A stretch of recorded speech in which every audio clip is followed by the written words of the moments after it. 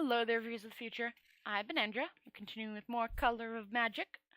Last time we found out about this worksman creator person who ends up getting killed for making this bronze fish that should swim through the skies between the worlds. Yeah, poor guy. Anyways, he doesn't have the main character, so I don't care. Immediately back to the story. The arch astronomer prodded the body with his foot, toe, and sighed. There will be a short period of mourning, as befits a master craftsman, he said. He watched a blue bottle alight on one golden eye, and fly away puzzled. Wait, what? Yeah, he watched a blue bottle alight on one golden eye, and fly away puzzled. That would seem to be long enough, said the arch astronomer, and beckoned a couple of slaves to carry the corpse away. And the Chemonots, are the Chelonots ready? He asked. The master launch controller bustled forward. Indeed, your prominence, he said. The correct prayers are being intoned? Quite so, your prominence. How long to the doorway? The launch window, corrected the master launch controller carefully. 3 days, your prominence. Great Attune's tail will be in an unmatched position. Then all that remains, concluded the arch astronomer, is to find the appropriate sacrifices. The master launch controller bowed. The ocean shall provide, he said. The old man smiled. It always does, he said. If only you could navigate. If only you could steer. I don't know which one is which, so I'm just choosing. A wave washed over the deck. Rincewind and Twoflower looked at each other. Keep bailing! They screamed in union and reached for their buckets. After a while, Twoflower's peevish voice filtered up from the waterlogged cabin. I don't see how it's my fault, he said. He hauled up another bucket, which the wizard tipped over the side. You were supposed to be on watch, snapped Rincewind. I saved us from the slavers, remember? Said Twoflower. I'd rather be a slave than a corpse, replied the wizard. He straightened up and looked down out to the sea. He appeared puzzled. He was a somewhat different Rincewind from the one that escaped the fire of Ankh-Morpork some 6 months before. More scarred, for one thing, and much more traveled. He had visited the hublands, discovered the curious folkways of many colorful people, variously obtained more scars in the process, and had ever, for a never-to-be-forgotten few days, sailed on the legendary dehydrated ocean at the heart of the incredibly dry desert known as the Great Nerf. On a colder and wetter sea he had seen floating mountains of ice. He had ridden on an imaginary dragon. He had very nearly said the most powerful spell on the disc. There was definitely less horizon than there ought to be. Said Rincewind. I said nothing's worse than slavery, said Twoflower. His mouth opened as the wizard flung his bucket far out to sea and sat down heavily on the waterlogged deck, his face a gray mask. Look, I'm sorry I steered us into the reef, but this boat doesn't seem to want to sink, and we're bound to strike land sooner or later, said Twoflower comfortingly. This current must go somewhere. Look at the horizon, said Rincewind in a monotone. Twoflower squinted. It looks all right, he said after a while. Admittingly, there seems to be less than there usually is, but that's because of the rim fall, said Rincewind. We're being carried over the edge of the world. There was a long silence, broken only by the lapping of the waves as the foundering ship spun slowly in the current. It was already quite strong. That's probably why we hit the reef, said Rincewind added. We get pulled off course during the night. Would you like something to eat? Asked Twoflower. He began to rummage through the bundle that he had tied to the rail, out of the damp. Don't you understand? Snapped Rincewind. We're going over the edge, God's damn it. Can't we do anything about it? No. Then I can't see the sense in panicking, said Twoflower calmly. I knew we shouldn't have come this far edgewise, complained Rincewind to the sky. I wish I had my picture box, said Twoflower, but it's back on the slave ship with the rest of the luggage, and you won't need your luggage where you're going, said Rincewind. He sagged and stared moodily at the distant whale that had carelessly strayed into the rimward's current and was now struggling against it. There was a little line of white on the There was a line of white on the foreshortening horizon, and the wizard fancied he could hear a distant roaring. "What happens after a ship goes over the rimfall?" said Twoflower. "Who knows?" "Well, in that case, perhaps we'll just sail on through space and Well, in that case, perhaps we'll just sail on through space and land on another world." A faraway look came into the little man's eyes. "I'd like that," he said. Rincewind snorted. The sun rose in the sky, looking noticeably bigger this close to the edge. They stood with their backs against the mass, busy with their own thoughts. Ever so often, one or the other would pick up a bucket and do a bit of desultory bailing, for no very intelligent reason. The sea around them seemed to be getting crowded.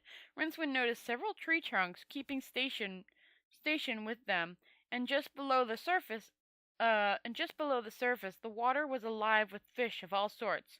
Of course, the current must be teetering with food washed from the continents near the hub. He wondered what kind of life it would be, having to keep swimming all the time to stay exactly in the same place. Pretty similar to his own, he decided. He spotted a small green frog which was paddling desperately in the grip of an inexorbitant current. To Twoflower's amazement, he found a paddle and carefully extended it towards the little amphibian, which scrambled onto it gracefully. A moment later, a pair of jaws broke the water and snapped impotently at the spot where it had been swimming. The frog looked up at Rincewind from the cradle of his hands, and then bit him thoroughly on the thumb. Twoflower giggled. Rincewind tucked the frog away in his pocket, and pretended he hadn't heard. All very humanitarian, but why?" said Twoflower.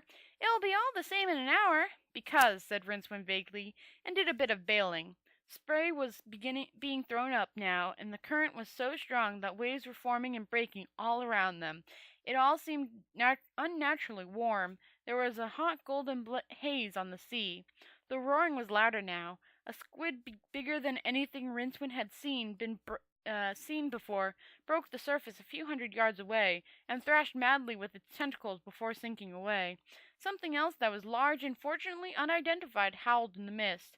A whole squadron of flying fish tumbled up in a cloud of rainbow-edged droplets, and managed to gain a few yards before dropping back and being swept away in an eddy. They were running out of world. Rincewind dropped his bucket and snatched at the mass as the roaring, final end of everything raced towards them. "I must see this," said Twoflower, half falling and half diving towards the prow. Something hard and unyielding smacked into the hull, which spun 90 degrees and came side on to the invisible obstacle. Then it stopped suddenly, and a wash of cold sea foam cascaded over the deck, so that for a second Rincewind was under several feet of boiling green water. He began to scream, and then the underworld water became the deep He began to scream, and then the underwater world became the deep clenched purple color of fading consciousness. Because it was at this point that Rincewind started to drown. He awoke with his mouth full of burning liquid, and then he swallowed. And when he swallowed, the searing pain in his throat jerked him into full consciousness. The boards of a boat pressed into his back, and Twoflower was looking down at him with an expression of deep concern. Rincewind groaned and sat up. This turned out to be a mistake. The edge of the world was a few feet away. Beyond it, at a level just below that of the lip of the endless rimfall, was something almost altogether magical. Some 70 miles away, and well beyond the tug of the rim's current, a dhow with the red sails typical of a freelance slaver drifted aimlessly through the velvety twilight. The crew, such as remained, were clutching on the foredeck, surrounding the men working feverishly on the raft.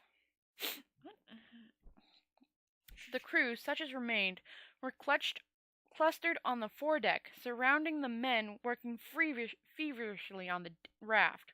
The captain, a thick-set man who wore the elbow turban typical of a great nerf tribesman, was much travelled and had seen many strange people and curious things, many of which he had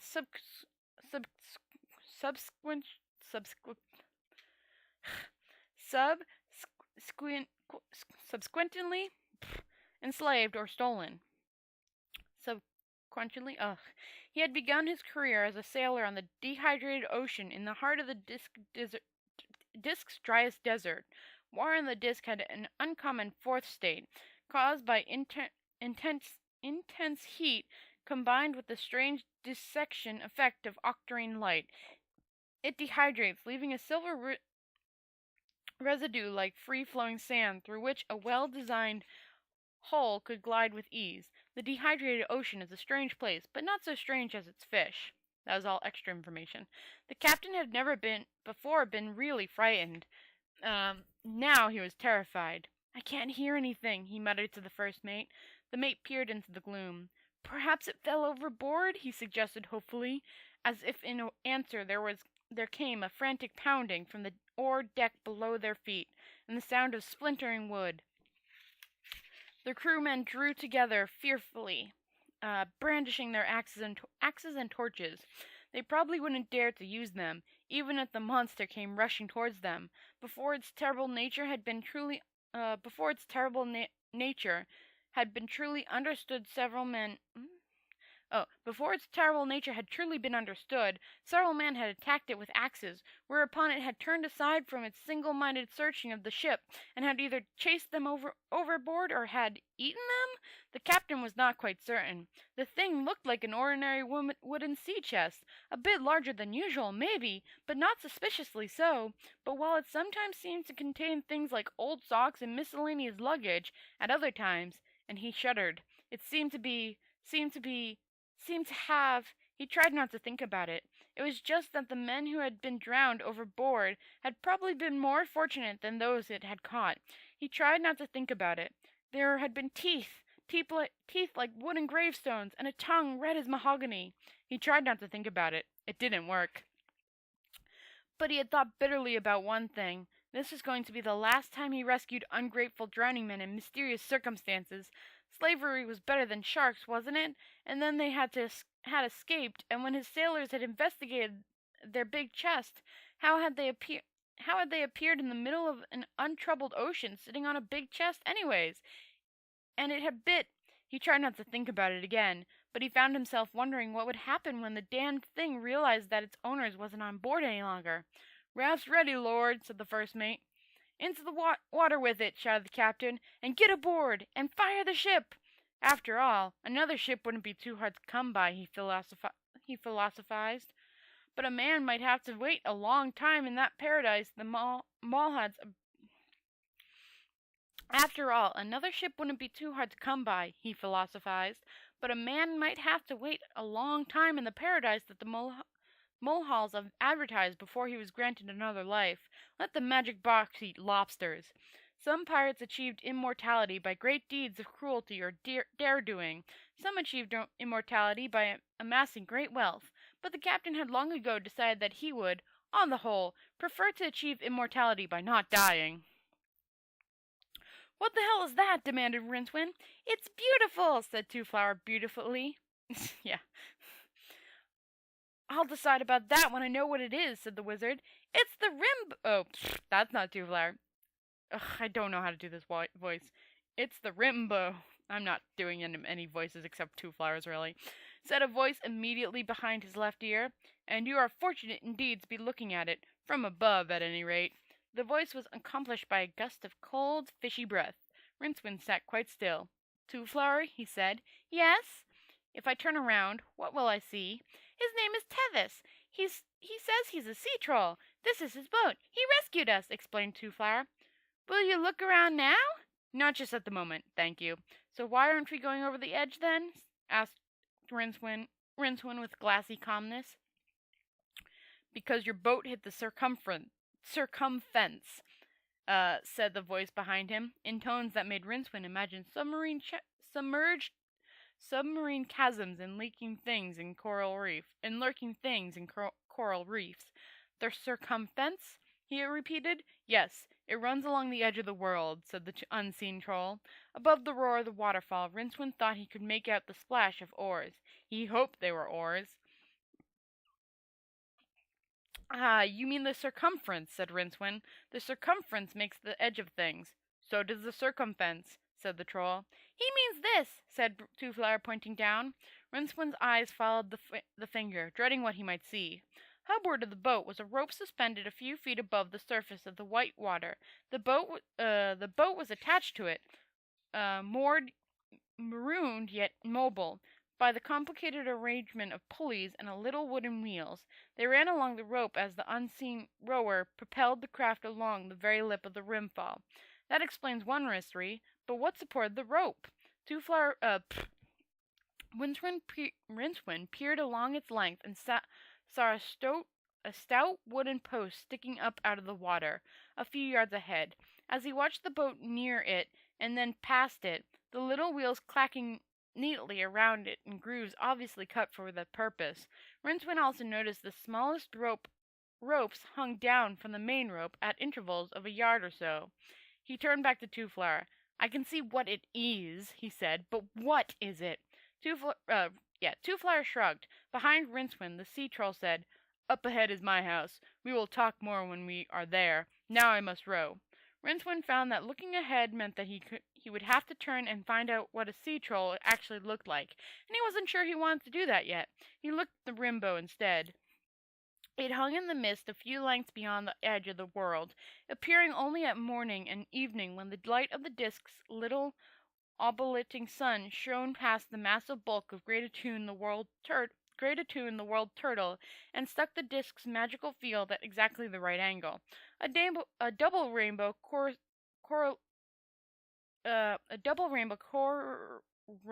into being.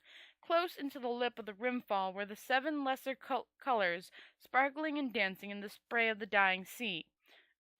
But they were pale in comparison to the wider band that floated beyond them, not deigning to share the same spectrum.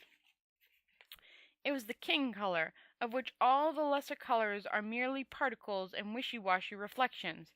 It was the octarine, the color of magic. It was alive and glowing and vibrant, and it was the undisturbed pigment of the imagination, because wherever it appeared, it was a sign that mere matter was a servant of the powers of the magical mind. It was enchantment itself, but Rincewind always thought it looked like a sort of greenish purple. After a while, a small speck on the rim of the world resolved itself into an eyot or crag so precariously perched that the water of the falls. After a while, a small speck on the rim of the world resolved itself into an eyot or crag so curiously perched that the waters of the fall swirled around it at the start of their long drop. A driftwood shanty had been built on it, and Rincewind saw that the top rope of the circumfence climbed over the rocky island on the number of iron stakes, and actually passed passed by the shack by a small round window. He learned later that this was so that the troll could be alerted to the arrival of any salvages on his stretch of the circumfence by means of a series of small bronze bells bounced delicately on the rope. A crude floating stockade had been built out of rougher timber on the hubward side of the island. It contained 1 or 2 hulks of quite a large assortment of floating wood in the form of planks, ballocks, and even wholly natural tree trunks, some still sprouting green leaves. The edge of the disk, this close to the edge, the disk's magical field was so intense that a hazy coronation flickered across everything as raw illusion spontaneously discharged itself. With the last few speckled jerks of the With the last few squeaky jerks, the boat slid up against a small driftwood jetty. As it ground itself and formed a circuit, Rincewind felt all the familiar sensations of a huge oculate aura, oily, bluish, tasting and smelling of tin. All around them, pure, unfocused magic was sleeting soundlessly into the world. The wizard and Twoflower scrambled onto the planking, and for the first time Rincewind saw the troll. It wasn't half so dreadful as he had imagined. Said his imagination after a while. It wasn't that the troll was horrifying. Instead of the rotting, betentacled monstrosity that he had been expecting, Rincewind found himself looking at a rather stout, squat, but not particularly ugly old man who would quite easily have passed for normal on any city street, always provided that other people on the street were used to seeing old men who were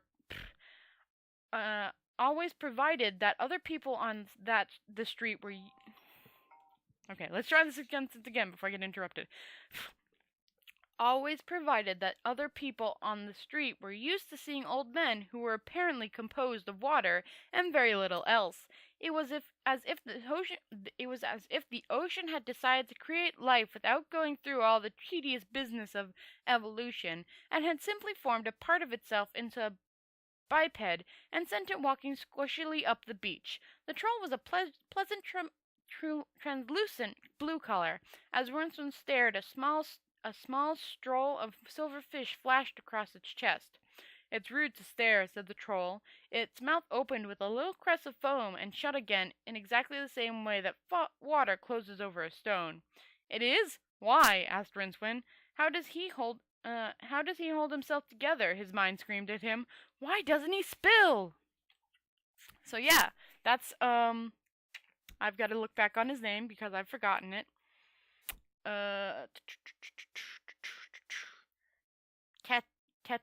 Tetis. I don't. Names, man! Names! Anyways, I've been Endragh.